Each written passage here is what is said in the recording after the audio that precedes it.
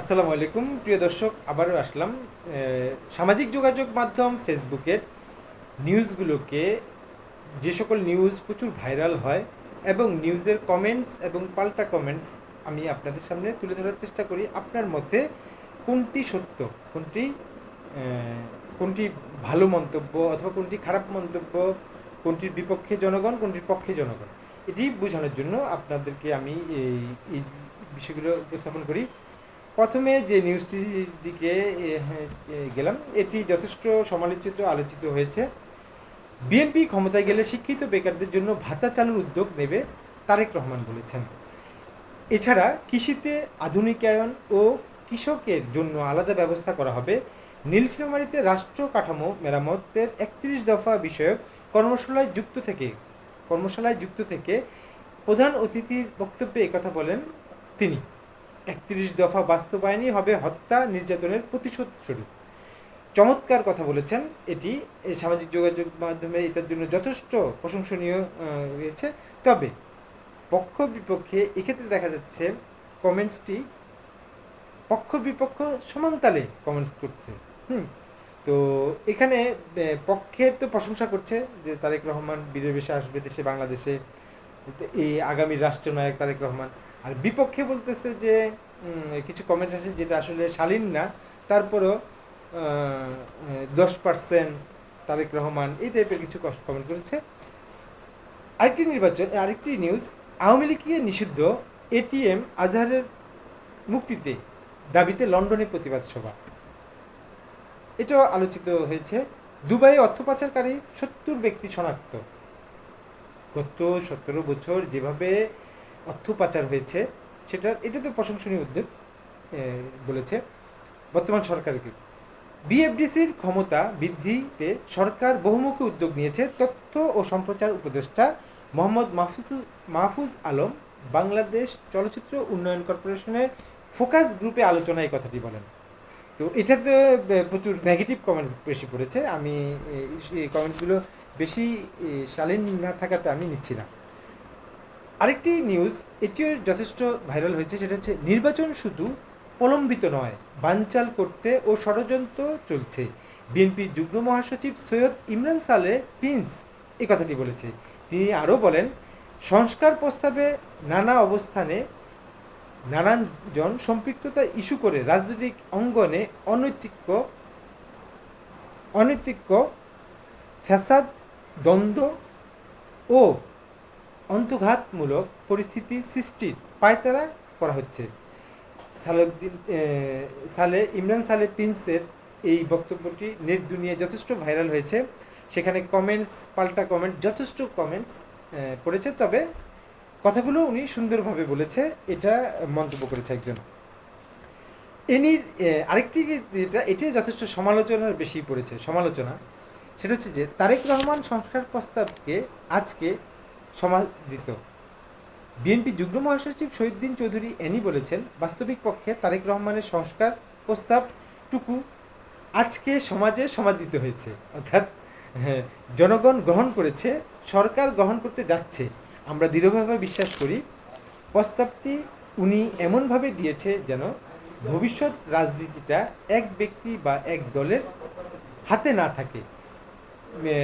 Any যথেষ্ট গোছানোভাবে, খুব সুন্দরভাবে বুঝিয়ে কথাগুলো বলেছে। তবে দুঃখজনক হলো সত্য যে এখানে নেগেটিভ কমেন্টসের পরিমাণ বেশি।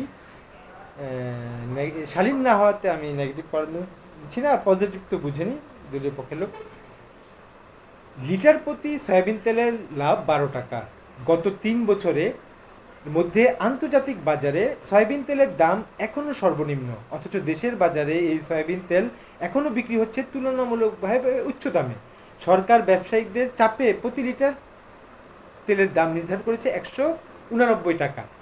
এই নিউজটিতে যথেষ্ট সমালোচনার মুখে বলছে বর্তমান অন্তর্বর্তী সরকার ব্যর্থ, অশ্লীলভাবে কথাগুলো বলছে। আমি ছি না, তবে এখানে এই ইয়েগুলোর বেশি বিরোধী পক্ষের কমেন্টস বেশি, যে সরকার ব্যর্থ, এই টাইপের কথা বেশি বলছে। দ্বিতীয় ট্রাইব্যুনাল গঠনের নীতিগত সিদ্ধান্ত নিয়েছে চিফ প্রসিকিউটর মোহাম্মদ তাজুল ইসলাম। এই নিউজটিও প্রশংসনীয় হয়েছে। রোহিঙ্গা সংকটের পাশে থাকবে গাম্বিয়া। জাতিসংঘে রোহিঙ্গা সম্মেলনে অংশ নেবে 170টি দেশ। প্রেস সচিব প্রধান উপদেষ্টার শফিকুল আলম বলেছেন এই কথাটি। এটিকে যথেষ্ট আলোচনা সমালোচনা হচ্ছে। বিএনপি কখনো কারচুপি নির্বাচন করে নাই। রুমিন ফারহানা রংপুরের শিল্পকলা একাডেমিতে 31 দফা কর্মশালায় তিনি এই কথা বলেন। এই নিউজটিতেও যথেষ্ট বিরূপ মন্তব্য করেছে। শালীন কমেন্টস না হওয়াতে আমি নিচ্ছি না। আরেকটি নিউজ যথেষ্ট সামাজিক যোগাযোগ মাধ্যমে ভাইরাল হয়েছে, সেটা হলো বিচারকের কথা না শুনলে বান্দরবন বদলি করা হতো, সুতরাং তারা কি বিচার করবে। আইনজীবী শিশির মনির রিট করার প্রেক্ষিতে এই বিষয়টি প্রেক্ষাপটে তুলে ধরেন। এখানে আইনিক বিষয়ে যথেষ্ট নানা বিরূপ প্রকৃতির কমেন্টস পড়েছে। আমি এগুলো লিখছি না, এতে অনেক বিরূপ মন্তব্য ধারণা করবে আমার প্রতি। মূলত আমি নিরপেক্ষ নই, আমি একটি পক্ষে। তবে এখানে আমি চেষ্টা করি নিজেকে কমেন্টসগুলো ভালোভাবে পর্যালোচনা করে পজিটিভ কমেন্টস কতজন বলছে, নেগেটিভ কমেন্টস কতজন করছে সেটা তুলে ধরার জন্য আমি চেষ্টা করি নিরপেক্ষ থাকতে। যদি আমি নিরপেক্ষ না থাকি আপনার মনে হয় আমাকে প্লিজ জানাবেন, আমি সংশোধন হব। আরেকটি নিউজ, অতপর চীনের সঙ্গে বাণিজ্যিক যুদ্ধ থেকে পিছু হটলেন ট্রাম্প। এখানে কমেন্ট যথেষ্ট বিশ্রী কমেন্ট করেছে, পাগল টাগল একটা বলতেছে, যেটা আসলে বলা ঠিক না। আরেকটি নিউজ যথেষ্টভাবে সমালোচিত হয়েছে, সীমান্তে সব ভিডিও সত্য নয়, আবার সবটাও মিথ্যা নয়। স্বরাষ্ট্র উপদেষ্টা লেফটেন্যান্ট জেনারেল অবসরপ্রাপ্ত জাহাঙ্গীর আলম চৌধুরী কথাটা বলেন। এটাতে ওনাকে যথেষ্ট পরিমাণ, আসলে পার্শ্ববর্তী একটা দেশ ভারত, সীমান্তে যে তারা যেভাবে পাখির মতো মানুষ মেরে ফেলে, বাংলাদেশের জনগণ তাদেরকে মন প্রাণ থেকে ঘৃণা করে।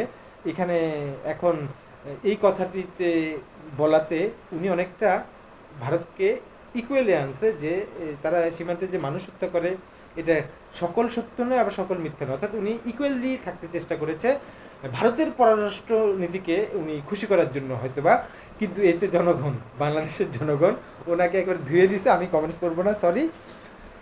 আচ্ছা, মির্জা আব্বাসের একটি কথা সামাজিক যোগাযোগ মাধ্যমে যথেষ্ট ভালো হয়েছে।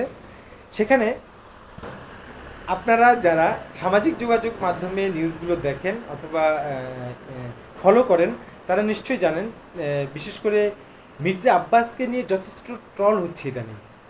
আর এর জন্য আমাদের পিনাকি ভট্টাচার্য, ইলিয়াস হোসেন, ওনার ব্যাপারে কিছু বিষয় জনসম্মুখে আনাতে ওনাকে নিয়ে যথেষ্ট ট্রল হয়। সেক্ষেত্রে ওনার এই কথাতে যথেষ্ট ট্রল হয়েছে। তবে এর ভিতরে নেতিবাচক কিছু কথা বলেছে, যে হ্যাঁ, বিভক্তি থাকলে দেশটা ভারতের আধিপত্যতাবাদের হাতে চলে যাবে। মির্জা ফখরুল ইসলাম আলমগীর প্রেস ক্লাবে এই কথাটি বলেন। সুতরাং সবাই আমরা একত্রিত হতে হবে, আমরা আসলে সবাই ঐক্যবদ্ধ থাকতে হবে। কিন্তু মির্জা আব্বাসকে নিয়ে সামাজিক যোগাযোগ মাধ্যমে যথেষ্ট পাল্টা কমেন্টস হওয়াতে এখানেও যে এখানে তার প্রতি কিছুটা স্যাক্রিফাইস করা হয়েছে। তাকে প্রশংসনীয় কথা বলেছে, যে তিনি প্রশংসার দাবিদার রেখেছে। তো কারণ উনি কথাটি কিন্তু ব্যক্তিগতভাবে আমার কাছে যথেষ্ট ভালো লেগেছে। বিভক্তি থাকলে দেশটা ভারতের আধিপত্যবাদের হাতে চলে যাবে। সুতরাং আমরা যেন সবাই সচেতন থাকি। আমরা যেন যেভাবে গত 17 বছর একটা দল যেভাবে ভোটবিহীন নির্বাচন না করে ক্ষমতায় ধরেছিল, তো সেক্ষেত্রে উনি বলছেন যে যেহেতু সেই দলটিকে ছাত্র জনতার গণ অভ্যুত্থানে যেহেতু এই দলটিকে প্রধানকে বিতাড়িত করা হয়েছে, সুতরাং আমরা সকলেই ঐক্যবদ্ধ থাকতে হবে। প্রিয় দর্শক, এখন পর্যন্ত এটা। আল্লাহ হাফেজ, আসসালামু আলাইকুম।